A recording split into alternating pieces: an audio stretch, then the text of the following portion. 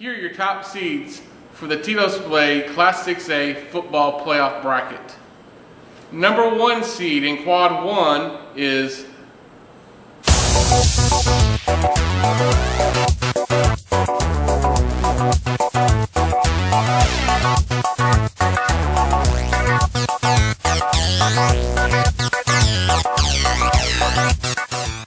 your number 1 seed in Quad 2 is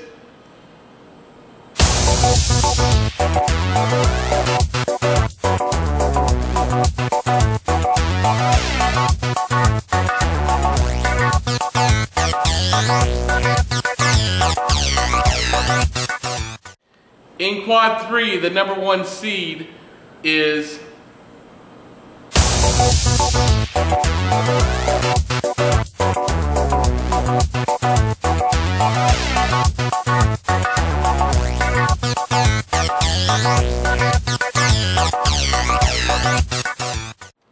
and finally, Quad 4, the number 1 seed is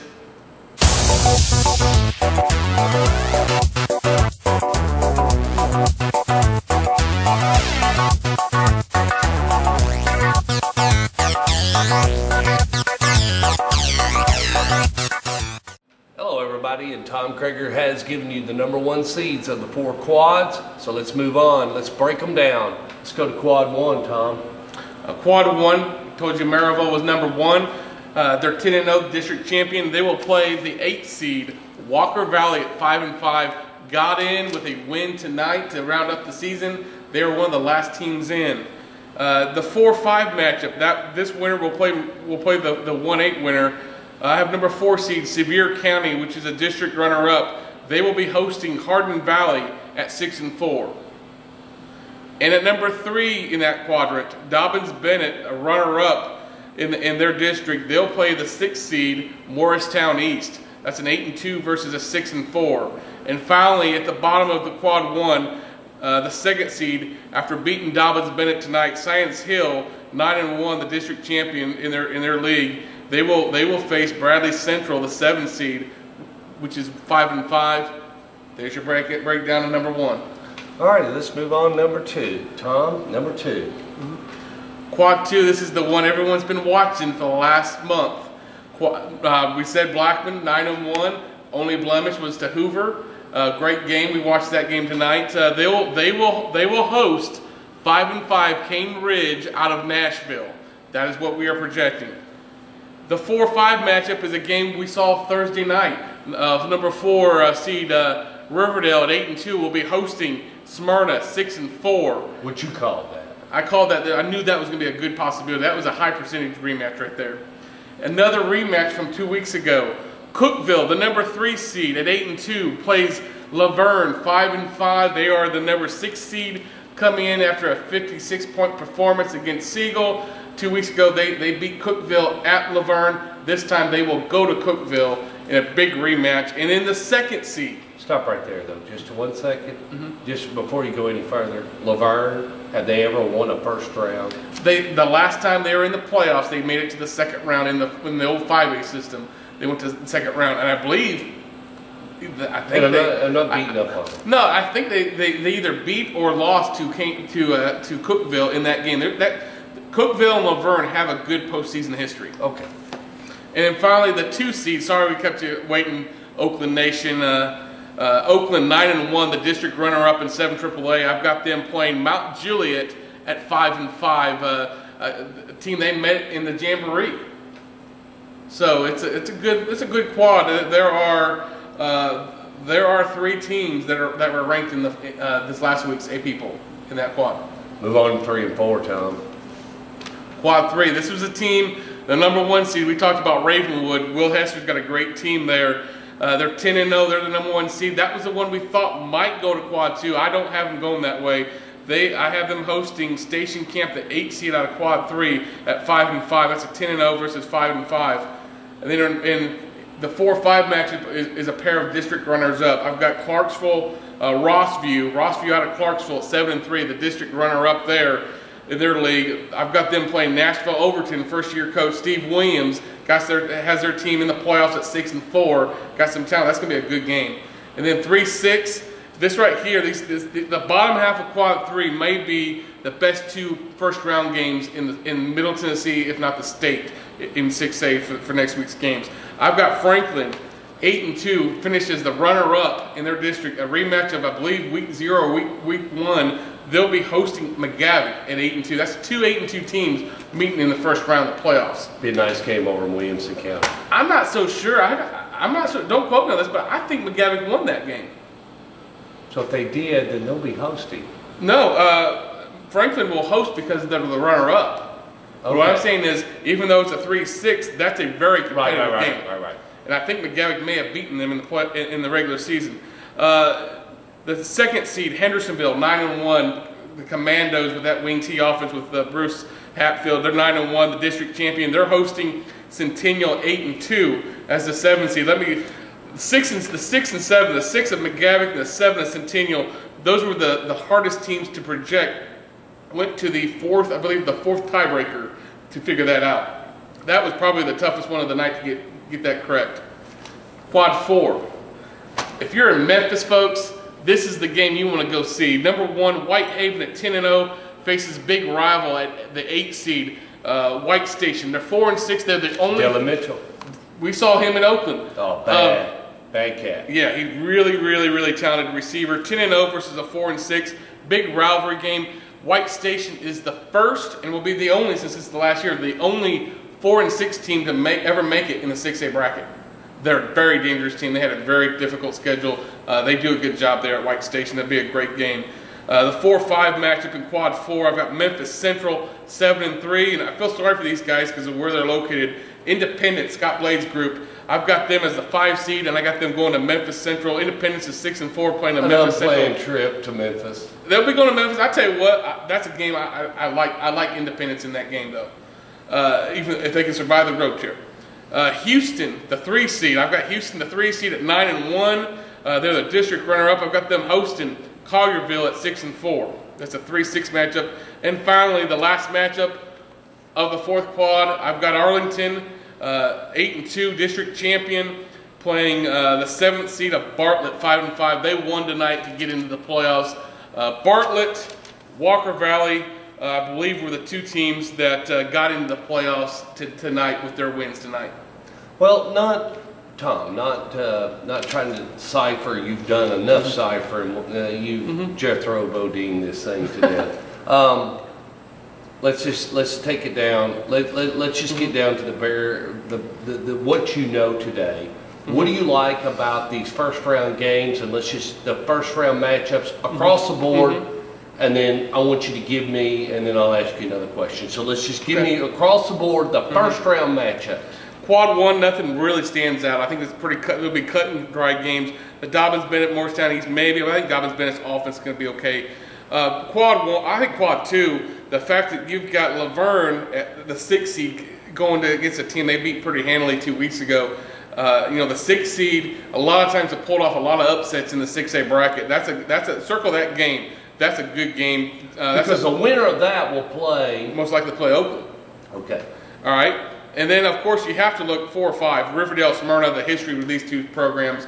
Riverdale won pretty handily, but a week later we'll see can the Warriors make it 2 in a row. The only difference is this next week they're going to be at Tomahawk Stadium. They have the chop going.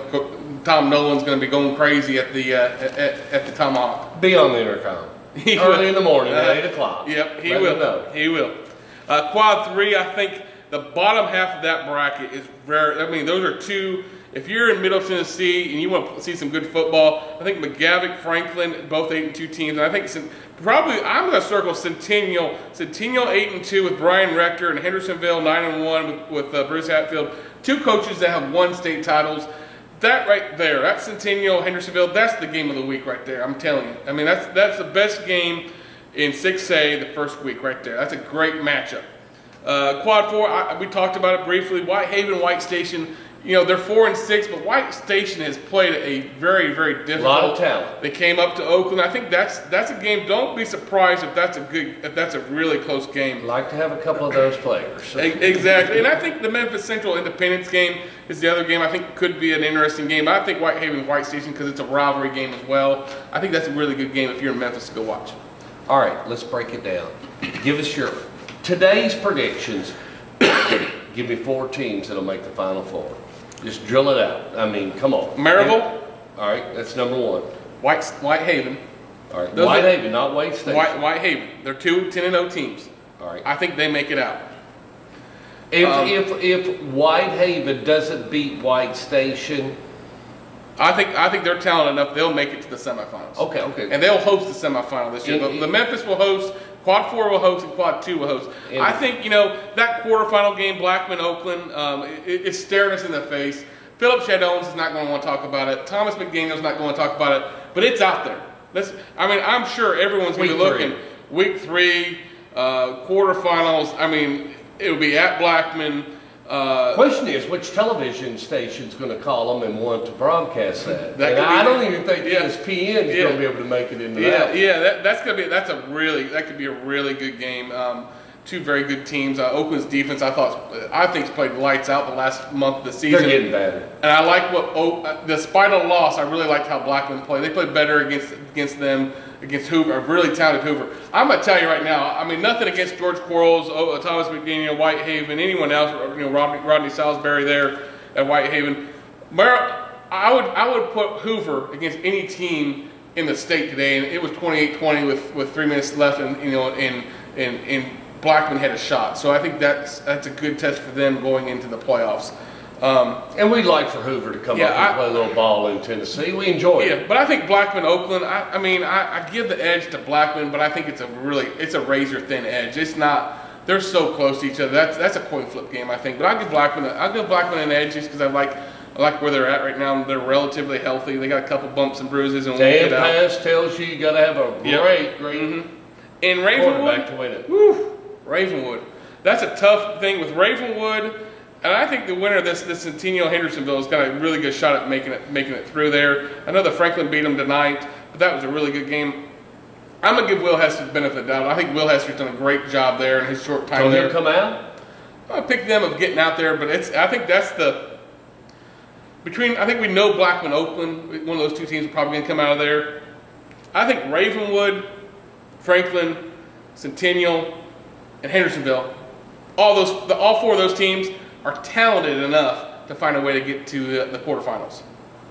Well, wrapping it up, and real quick show because we want to get done. And we got to get done and get out, but say the thank yous and say everything. Yeah, I want to thank, of course, first and foremost, Stork Montgomery. Judy Montgomery's behind the recorder tonight. Sam Montgomery, all the graphics were due to him. Did a great job, and of course the coaches. You saw the video tonight. Coach Will Hester was very quick to help us out. And Rodney Salisbury at Whitehaven, really great help there. And of course George Quarles, class act there. Oh, he was quick. Very quick response to help us out. Those 3 coaches did great jobs. Philip. We didn't have to email Philip just because you've got plenty of footage of Blackman this year. So Philip would have helped us out. I'm sure he would have had Coach Childs help us out. But of course, we didn't need it because you're the best in the business. Your wife is the best in the business. She is the best. I'm second. Yes, and that's. I'm not just saying it to butter her up, but she's surpassed you with the overhead shot. That's no doubt. But. That's our projected quads. The TLCAA will announce the official quads between 8 o'clock and 10:30 in the morning on Saturday. It's going to be a great 6A playoff bracket. Going to be a lot of great games, and we'll see how close I was to getting it right. Last year for it. Well, let's close it with this. Ladies and gentlemen, find yourself a good playoff game and run with us the next 3 to 4 weeks. You pay your $10 to $7, whatever the TSS does, 8, 9, 10, whatever they. you know, come out and see some great football. And we'll see you at the game, and give us a shout if you see us, and let us know what you think, and let you know what you think about the show. Look for the Kreager Fathead too, right? The Kreager Fathead, we carried it all the way to Hoover. It came across the state line. Here we are at the Embassy Suites wrapping it up. And actually, I've got to thank the Embassy Suites for letting us have an area to record this. And again, thanks for you for all you've done for helping me with this. This has been a great 2 years putting this show together, and I think I'm going to be pretty. I feel good about the projected brackets this year. I feel really. I feel like, you know, last year I did a 1A and a 1B because I didn't feel good. I feel really good this week. Well, good. Well, tune in. We'll probably have a Kreager's Corner coming up, and of course, Behind the Lens will pop out somewhere, and all the coaches shows with Inside the Headset. And join us there. And as always, Tom Kreager with dnj.com. Follow him at Kreager on Twitter. Follow him at on Twitter at Stork Montgomery. StorkMontgomery.com, I believe, is the website. Guys, I'm telling you, Friday morning, go to StorkMontgomery.com. Go to check out his YouTube link. His Behind the Lens video style will give you some good tidbits and a great insight of the upcoming game. And it's a great 8 minutes of commentary. It's your Friday fix. Exactly, you said it perfect. We'll see you at the game next Friday night.